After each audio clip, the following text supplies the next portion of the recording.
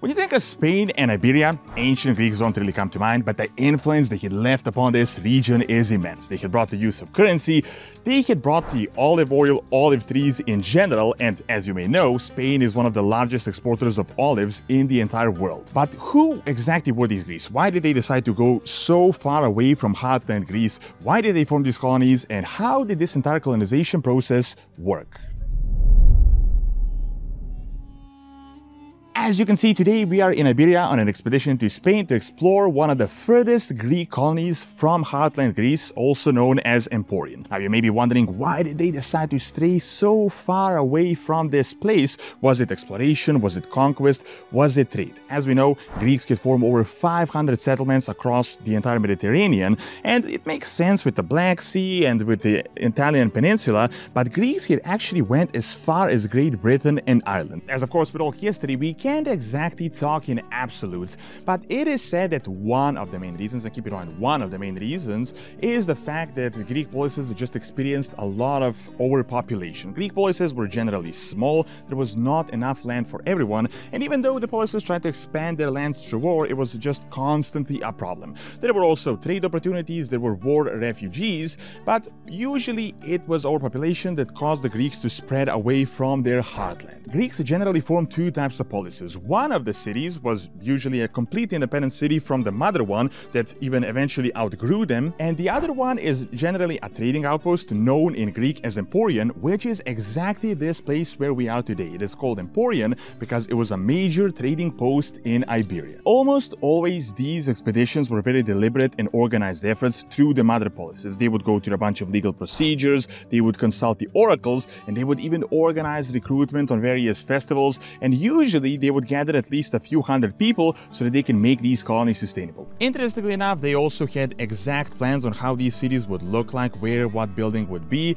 They had organized how they would spread the land amongst themselves, and of course they would organize defense. What is also interesting is that Greeks in most cases were peaceful neighbors. They would have friendly relations with the natives, but of course, as with all history, sometimes they would come to war, and in a lot of cases the Greeks were successful in war due to their advanced military technology and advanced strategy. Nonetheless, don't get me wrong, a lot of these expeditions were incredibly dangerous. The ships were not what ships are today. Seas were very treacherous, there were pirates everywhere, but of course, they still made a lot of these expeditions work. It is, of course, logical to you how they managed to build these expeditions not that far away from heartland Greece, but how did they exactly sustain something so far in today's Spain? And keep in mind, the ancient world, this was a lot further than it is today as you would go by plane. Greeks were not exactly this dominant force in Iberia. They had built about a dozen or so cities in northern and southern Spain, but they were never exactly the Romans who had completely dominated this region. Usually, they were traders and they had certain influences upon the local cultures, but it was never much more further than that.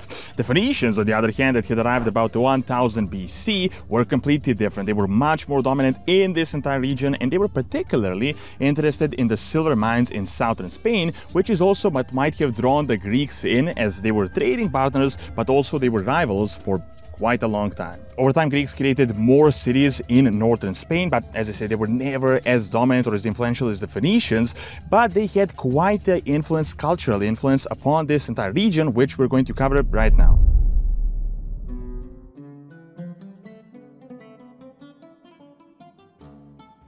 While a lot of these trading posts had connected their colonies and their other cities, but the Greeks had also heavily interacted and heavily traded with the interior, with the locals. Most importantly, they had brought the use of silver coins, of currency. Of course, the Phoenicians did use currency in a way, but never as systematically as the Greeks. And as you can imagine, that had drastically changed the entire trading philosophy, not just with the Iberian people, but also with the Romans later down the line. We can find really interesting evidence of their relations with the locals and how they dealt with them at the regional level, because we had discovered super interesting evidence right around Emporion here, as we had discovered a graveyard where the Greeks were buried and where the cremated Iberian people were, which just shows you how close these very distant cultures were, that they were buried on the exact same graveyard. However, the most important thing the Greeks had brought to Spain is olives. Not just olives, but also their extensive knowledge of how to process process these olives, which ultimately created olive oil. Now, you may know Spain today is pretty much the largest exporter of olive oil, but olives are not actually native to this region whatsoever. Now, don't get me wrong, it was the Phoenicians that had brought these olives a few centuries earlier, but it was never on this large scale. It was never that big. It was really the Greeks that had planted a lot of these trees and that had brought all this knowledge on how to process these olives. Now, introduce here is very important because it was really the Romans that had just flooded the entirety of Iberia with olives and turned it into this olive region that it is today.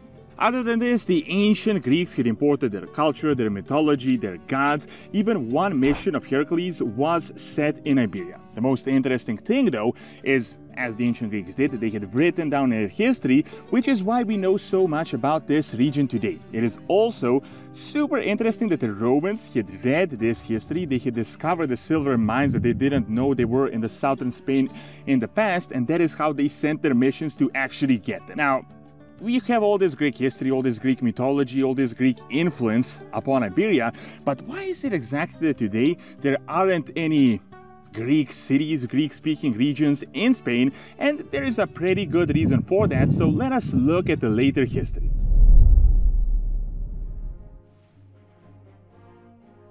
While Emporion remained Greek for quite a few centuries, during the famous Punic Wars, Publius Cornelius Scipio actually initiated the conquest of the entirety of Hispania from this exact city. Later, Emporion was under the Roman rule, but it had its own autonomy. But then the Pompey versus Julius Caesar civil war came in. They sided with Pompey, and as you know, they lost, which means they ultimately lost their autonomy. However, that wasn't the only reason for their ultimate decline. Later down the line, Romans had built new settlements such as Tarraco and Barcino, which is today's Barcelona and Tarragona, which also impacted the ultimate decline of Emporion. Later down the line, right next to the ancient Greek city, the Romans had built another Roman city, which was a lot larger, and ultimately the Greek polis just died out. The Roman city remained active all the way until the 9th century as a mint, but ultimately it was destroyed in the Viking raids, obviously in the 9th century. Since then, the city has been lost. It was known that it was here all the way around the 15th century, but it was only the 20th century when we had actually dug it out and we had discovered what this city had hidden, and when we had learned so much about these Greek colonies and the Greek impact on this region. Most importantly, we had found a mix of Greeks and Romans coexisting with each other. We had found marvelous Roman technology as well as architecture, and we had learned how the Greeks had arrived to this region. But most interestingly, we also learned how the Romans and the Greeks had interacted with the native Iberian people that impacts this region all the way up to this day and up to present-day Spain. Thank you for watching. Check out the video on Slavic pirates that you can see on the channel, and also subscribe for more videos like this. See you next time.